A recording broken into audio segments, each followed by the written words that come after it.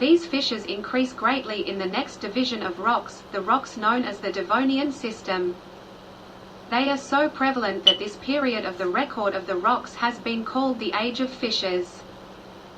Fissures of a pattern now gone from the earth, and fissures allied to the sharks and sturgeons of today, rushed through the waters, leapt in the air, browsed among the seaweeds, pursued and preyed upon one another, and gave a new liveliness to the waters of the world. None of these were excessively big by our present standards. Few of them were more than 2 or 3 feet long, but there were exceptional forms which were as long as 20 feet. We know nothing from geology of the ancestors of these fissures. They do not appear to be related to any of the forms that preceded them. Zoologists have the most interesting views of their ancestry, but these they derive from the study of the development of the eggs of their still living relations, and from other sources. Apparently the ancestors of the vertebrata were soft-bodied and perhaps quite small swimming creatures who began first to develop hard parts as teeth round and about their mouths. The teeth of a skate or dogfish cover the roof and floor of its mouth and pass at the lip into the flattened tooth-like scales that encase most of its body.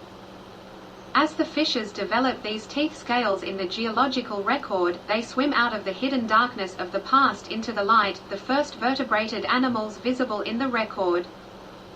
The age are the coal swamps.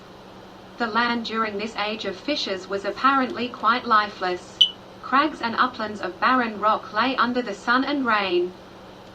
There was no real soil, for as yet there were no earthworms which helped to make a soil, and no plants to break up the rock particles into mold. There was no trace of moss or lichen. Life was still only in the sea.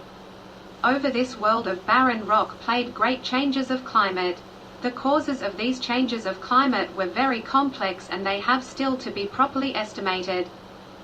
The changing shape of the Earth's orbit, the gradual shifting of the poles of rotation, changes in the shapes of the continents, probably even fluctuations in the warmth of the sun, now conspired to plunge great areas of the Earth's surface into long periods of cold and ice, and now again for millions of years spread a warm or equable climate over this planet.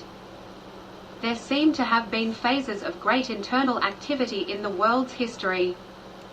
When in the course of a few million years accumulated upthrusts would break out in lines of volcanic eruption and upheaval and rearrange the mountain and continental outlines of the globe, increasing the depth of the sea and the height of the mountains and exaggerating the extremes of climate.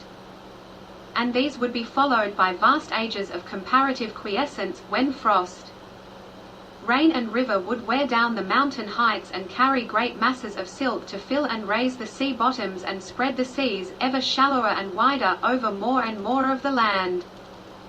There have been high and deep ages in the world's history and low and level ages.